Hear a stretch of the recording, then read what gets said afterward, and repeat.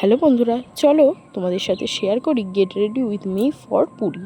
তো কিভাবে আমি স্ট্রাগলের সাথে সেদিনে গেট রেডি উইথ মি করেছিলাম সেটা তোমরা ভিডিওতে দেখতেই পাবে।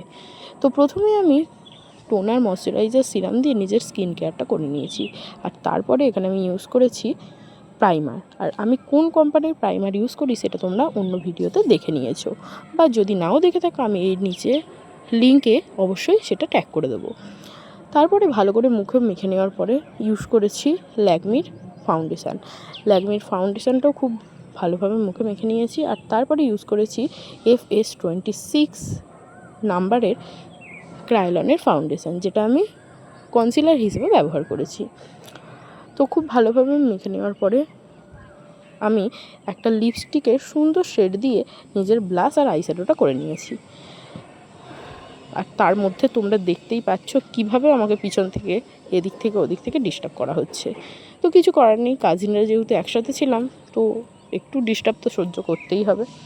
আর তারপরে আমি ভরে ভরে মুখে কম্প্যাক্ট পাউডার মেখে নিয়েছি, কারণ মেকআপের ক্ষেত্রে কম্প্যাক্ট পাউডারটা ভেরি ভেরি ইম্পর্ট্যান্ট একটা পার্ট।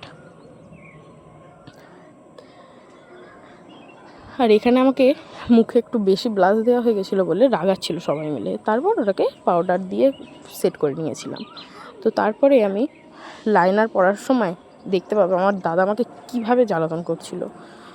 তো এই এত জ্বালা বাধা বিপত্তি সহ্য করে আমি দুটো চোখের লাইনার অবশ্যই সুন্দরভাবে পরতে পেরেছি। অ্যাট লাস্ট অনেক স্ট্রাগল ঝড় ঝাপটা সব কিছু পেরিয়ে আমি লাইনার পরতে পেরেছি। তো লাইনার পরার ডান। তারপরে আমি সুন্দরভাবে চোখের মধ্যে অ্যাপ্লাই করে নিলাম মাস্কারা। আর চোখের পাতায় বেশ টেনে টেনে মাস্কারা লাগালে চোখের পাতাগুলো বেশ বড় বড় লাগে। তো তারপর মাস্কারা অ্যাপ্লাই করার পরে আমার ফেভারিট শেডের লিপস্টিক ভালোভাবে পরে নিলাম। প্রথমে লিপটা ভালোভাবে লাইন করে নিলাম, তারপর ভেতরেতে লিপস্টিক অ্যাপ্লাই করে নিলাম। তো সুন্দরভাবে লিপস্টিক পরে নেওয়ার পরে শেষে মেকআপ ফিক্সার দিয়ে পুরো মেকআপটা ফিক্স করে নিলাম। আর তারপরে মেকআপ ফিক্সার দেওয়ার পরে চোখ বুজে থাকা অবস্থায় আমাকে পাখা খুঁজতে হচ্ছিলো। তার মধ্যে ওরা দিয়েছিল পাখা লুকিয়ে, যাতে না মেকআপটা ঘেঁটে যায় তার জন্য চোখ বন্ধ করে হাদরে হাদরে আমি পাখা খুঁজছিলাম। যাই হোক, তারপর পাখা দিয়ে ভালো করে সুন্দর করে হাওয়া ফাওয়া খেয়ে মেকআপ সেট করে নেওয়ার পরেতে চুল বাঁধার পালা। তো ফার্স্টে কানেরটা পরে নিলাম। আমি সেদিন এই কানেরটা পরেছিলাম, তোমরা দেখতেই পাচ্ছ এখানে। আর এই কানেরটা কিন্তু আমার বেশ ফেভারিট একটা কানের, সামনেটায় পিন রয়েছে আর পিছন দিয়ে রিংটা রয়েছে। যাই হোক, সুন্দরভাবে কানের পরে নিয়ে তারপরে চুল বাঁধার পালা। হেয়ার স্টাইল কী করবো ফার্স্টে তো ভেবে পাচ্ছিলাম না। তো তারপরে হেয়ার স্টাইল যখন মাথায় এলো, মানে সিম্পল হেয়ার স্টাইল করেছিলাম, যেহেতু সমুদ্রের ধারে যাব, অন্ধকার, মানে অন্ধকার বলতে এই টুকিটাকি আলো, তো সেই কারণে খুব একটা বেশি কিছু হেয়ার স্টাইল করিনি, সিম্পল একটা হেয়ার স্টাইল করে নিয়েছিলাম। তো হেয়ার স্টাইল করতে গিয়ে তো আরেক সমস্যা, ক্লিপ আছে তো চিরুনি নেই, চিরুনি আছে তো ক্লিপ নেই। যাই হোক, তো তারপরে সাইড ক্লিপ লাগিয়ে একটা ক্ল্যাচার দিয়ে হেয়ার স্টাইলটা করে নিয়েছিলাম।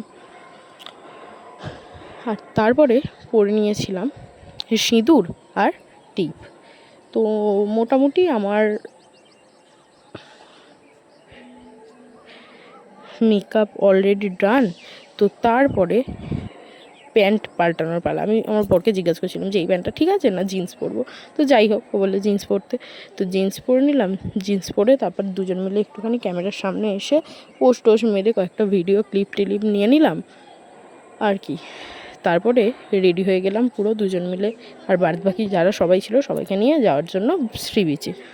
তো সি বিচে গিয়ে আবার পরের পার্টে আসতে চলেছে সি বিচে গিয়ে কীরকম ভিডিও করছি না করছি। তো এখনের মতো এইটুকুই। আমাকে কেমন লাগছে অবশ্যই কমেন্টে জানিও।